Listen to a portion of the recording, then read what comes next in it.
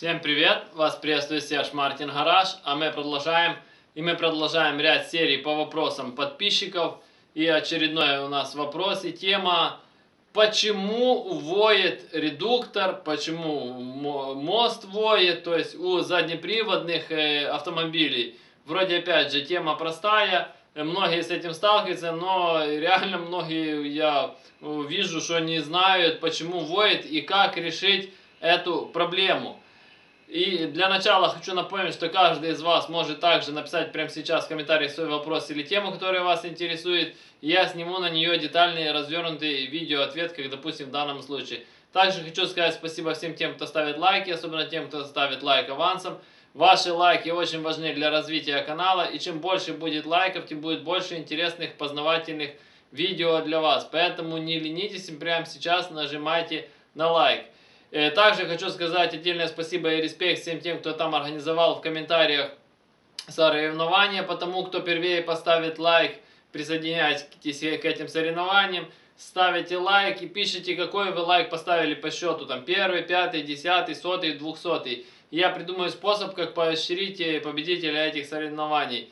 И еще раз скажу, что вы красавчики, вам спасибо, а мы начинаем. И так... Очень часто, я думаю, каждый из вас сталкивался или на своем автомобиле, или видел эту картину. Летит жига, мост воет, ничего не слышно, только мост гудит, кричит, воет, а он летит. Ну, то такое. И многие, думаю, задавались вопросом, почему он воет.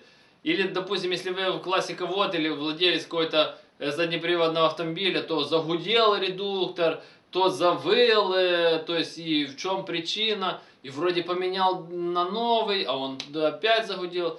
Ну, как любители еще классиководы, пошел на все бабки, сейчас соберу себе новую жигу, в магазине купил новый редуктор, а он завыл. И в конце видео я отдельно расскажу тему про новые редуктора, почему они не ходят, и какую ошибку допускают большинство водителей, получается, при покупке и установке нового редуктора, почему он реально не ходит. И давайте по порядку. Откуда вообще этот вой, гул и все такое? Гул и вой создают между собой две шестерни. То есть в редукторе, когда между ними неправильный зазор. То есть зачастую это когда между ними увеличенный зазор. То есть во время, то есть идет износ и увеличивается зазор, и соответственно из-за того, что они вращаются, они начинают гудеть, свистеть, выть. А почему так происходит? Во-первых, дело в том, что в редукторе может гудеть и свистеть два элемента. Это главная пара, то есть и дифференциал, то есть в котором также есть шестерни. И, допустим, такой лайфхак сразу сходу. Если у вас гудит, воет редуктор, там у вас боевая классика и у вас воет редуктор, возьмите его, заварите. 50% уверенности, что это вы решите эту проблему. Потому что если это гудел, выл он из-за дифференциала, что очень часто бывает, то главная пара не гудит, там будет заварено, и все, ласточка, песенка, вы оживили новый редуктор, превратили его в спортивный, грубо говоря. Можно дрифтануть, по болоту вам нет равных, особенно если у вас есть резина, а зимой то тем более. То есть, ну а о заварках есть на канале отдельное видео, кому интересно, переходите, посмотрите. Так вот, если вы не хотите по такому способу уйти, а хотите решить проблему, как обычно, опять же, классиководы, побежал на разборку, или, ну, любой там водитель BMW или любой другой заднеприводной машины побежал на разборку, купил, поставил, и это, немного поездил, он опять загудел или сразу загудел. Дело в том, что нужно всегда проверять зазоры, то есть именно зазор между главной парой, то есть между шестернями главной пары. И дело в том, что зазор нужно правильно отрегулировать. Если вам интересно именно все тонкости регулировки зазоров главной пары, Напишите прямо сейчас в комментарии, что вас эта тема интересует, и я сниму на нее детальный развернутый ответ.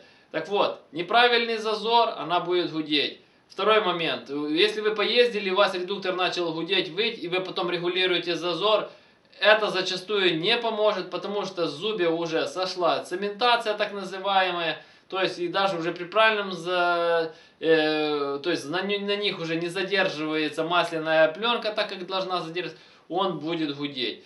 Почему, допустим, редуктора гудят, залито плохое масло, неправильный уровень масла, то есть долго ездят на одном масле в редукторах, если вы не знаете, его тоже нужно менять.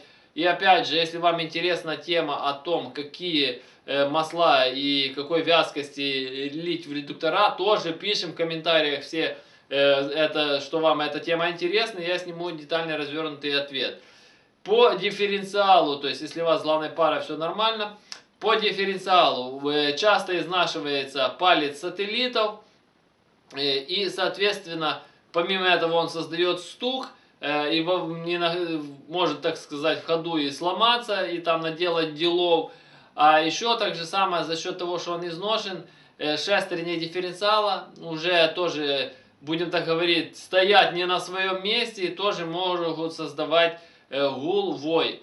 Также именно еще нужно отрегулировать самый дифференциал, шестерни самого дифференциала. Это тоже все регулируется, опять же, если вам это будет интересно, потому что об этом всем, этих элементах можно снять отдельное развернутое видео, и потому что там есть много своих нюансов. И давайте теперь перейдем к новым редукторам. Почему же новые редуктора воют, гудят и не ходят? Ой, мне иногда жалко этих классиководов, которые в надежде, я уже неоднократно об этом говорил, в надежде, что там у него какая-то классика 70-х, 80-х годов, там вся ржавая, но переваренная, иногда перешпаклеванная, покрашенная, влупил кучу денег. Сейчас пойду куплю новые рычаги, шаровые, там все дела, все, двигатель откапиталили, поршня туда-сюда. И обычно тоже сейчас редуктор, пойду куплю новый редуктор на все бабки, зато у меня станет машина новая классика. Об этом уже рассказывал, что он не будет ездить как новая, потому что запчасти одно говно, не будет оно ходить так, как заводское. Но дело тут даже в другом. Он может ходить, но надо учитывать некоторые моменты. Пришел в магазин, все, на все бабки, новый редуктор, троечный там, образно говоря, купил, пришел, закинул, масло залил, а он загудел или вообще там завыл там в ближайшее время. Ёлки-палки, что такое? Никто ваши редуктора не регулирует на заводе. Это то же самое, что и касается новых карбюраторов. Никакой там механик не сидит, их не регулирует на заводе. Ну не на заводе, там в кооперативе, где их клепают, там в том подвале, где их клепают. Они просто их собрали, никто ничего не регулирует, то есть никакие зазоры. И вы думаете, о, там все отрегулировано, прикрутил. Нет, новый редуктор нуждается обязательно в регулировке всех зазоров. То есть, если вы не отрегулируете, это 99%, что он у вас загудит. Дальше. Допустим, вы все отрегулировали, или вам повезло, что там было все отрегулировано, или у вас есть какой-то знакомый, который вам это все отрегулировал. Закинул, и как всегда, классиководы, купил все новое, и обязательно должен сэкономить на масле. И залил то какое-то говно, то есть, которое убьет тот новый редуктор с хорошими зазорами. Поэтому я же говорю, масло тоже, редуктор это очень важный элемент, очень сильно нагружен, там есть свои нюансы по маслам, то есть это дело надо учитывать, поэтому не все так просто. Иначе будете вот так всю жизнь ездить, гудеть, свистеть теми редукторами и менять их как перчатки, как расходный материал будет у вас. А я напоминаю, что я занимаюсь доработками головок блока и карбюраторов. Каждый из вас может прислать на доработку свою головку блока или карбюратор. Работаю по наложке новой почты, вы присылаете, я дорабатываю, отправляю вам назад по наложке новой почты. То есть оплата за работу, когда забираете назад готовые детали. Вам, грубо говоря, останется их прикрутить и полететь. На главной странице моего канала есть отдельные плейлисты от доработки головок, отдельно от доработки карбюраторов, отдельно о том, как валят мои машины с этими доработками. Кому интересно, переходите и смотрите. Кто хочет заказать доработку, под каждым видео в описании есть мой номер телефона. Я всегда на связи, напрямую звоните, заказывайте. Кто хочет узнать цены на доработки, на главной странице в этих же плейлистах первое видео, как раз, допустим, про головки есть отдельное видео с ценами, отдельно с карбюраторами, ценами на доработку, там все рассказано детально, все нюансы. А если у кого есть какие-то вопросы, пишем их в комментариях, то есть все их читаю по возможности, стараясь на них отвечать. То есть номер телефона непосредственно для заказа доработок. По всем остальным моментам в комментарии. Кому понравилось данное видео, ставим лайки, подписываемся на канал, кто еще не подписался, жмите на колокольчик, чтобы получать уведомления о новых видео. Делитесь данным видео со своими друзьями, репостите данное видео. Всем спасибо за внимание, всем до свидания.